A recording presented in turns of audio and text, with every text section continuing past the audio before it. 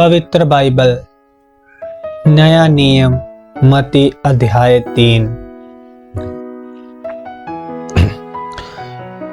यूहन्ना बपतिस्मा देने वाला।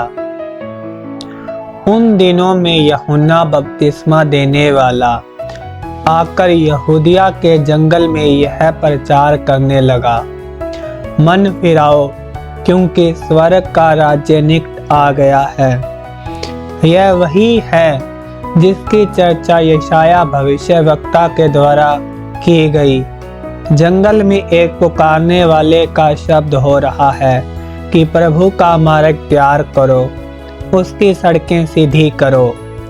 यह यूहन्ना ऊंट के रोम का वस्त्र पहने था और अपनी कमर में चमड़े का कटिबंध बांधे हुए था। उसका भोजन टिड्डियां और वनमधु था। तब यरूशलेम और सारे यहूदिया और यरदन के आसपास के सब स्थानों के लोग उसके पास निकल आए। तब उन्होंने अपने अपने पापों को मानकर यरदन नदी में उससे बपतिस्मा लिया। जब उसने बहुत से फरीसियों और सदूकियों को बपतिस्मा के लिए अपने पास आते देखा तो उनसे कहा, हे सांप के बच्चों, तुम्हें किसने जता दिया कि आने वाले क्रोध से भागो।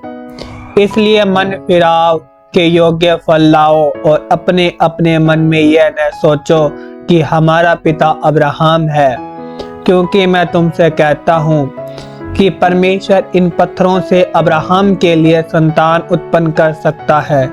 अब कुल्हाड़ा पेड़ों की जड़ पर रखा हुआ है, इसलिए जो पेड़ अच्छा फल नहीं लाता वह काटा और आग में झोंका जाता है। मैं तो पानी से तुम्हें मन फिराव का बपतिस्मा देता हूँ, परंतु जो मेरे बाद आने वाला है वह मुझसे शक्तिशाली है। मैं उसकी जूती उठाने के योग्य नहीं। वह तुम्हें पवित्र आत्मा और आग से बपतिस्मा देगा।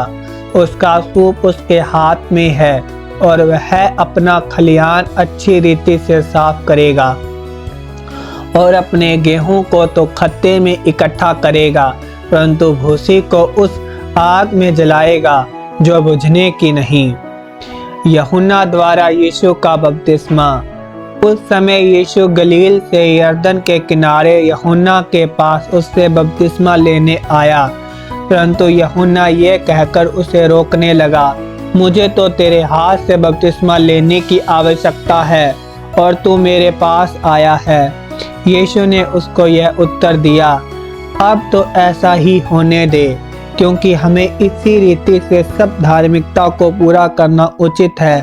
तब उसने उसकी बात मान ली और यीशु बपतिस्मा लेकर तुरंत पानी में से ऊपर आया और देखो उसके लिए आकाश खुल गया और उसने परमेश्वर के आत्मा को कबूतर के समान उतरते और अपने ऊपर आते देखा।